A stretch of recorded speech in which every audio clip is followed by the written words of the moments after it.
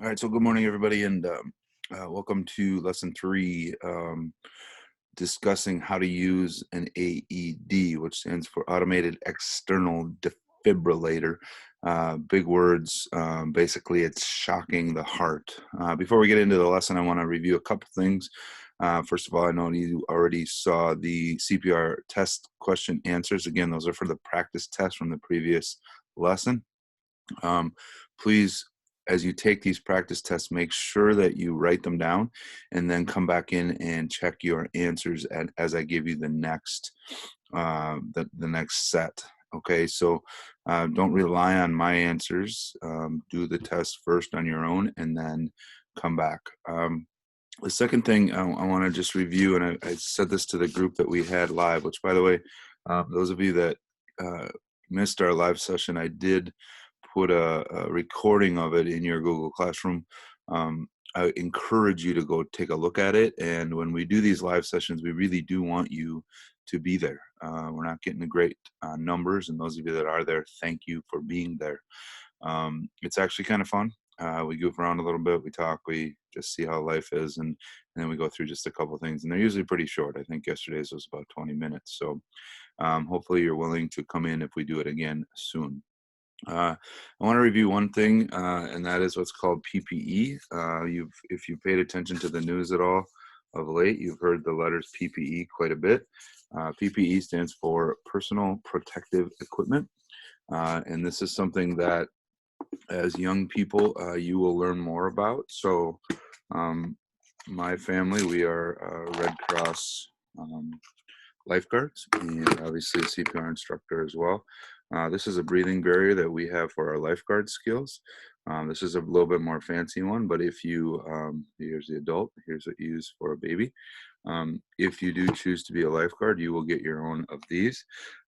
We have gloves, and then you see the picture just to the right of this video. There is a picture of what's called a breathing barrier, and the breathing barrier essentially provides kind of a barrier between the mouth and the person. So those are all protective devices, not only protective for you, but they're also protective to the patient if you would have some illness.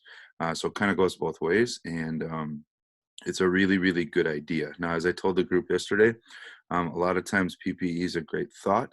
The reality of it is will you have it when you need it? Will you have gloves when you need them? Will you have a breathing barrier when you need it? If you're at a work site, you probably will. If you're at home, that's hit and miss. And so you might want to talk to your parents about whether or not, do we have gloves at our house? Do we have things that we need? And for the most part, you probably don't have a fear of treating your family. But I also encourage you to break down that fear when it comes to treating somebody that maybe you don't know. And I think if you think that way, and you put yourself in the victim's shoes, you may find yourself saying, yeah, I hope people treat me, and I hope they're not fearful of what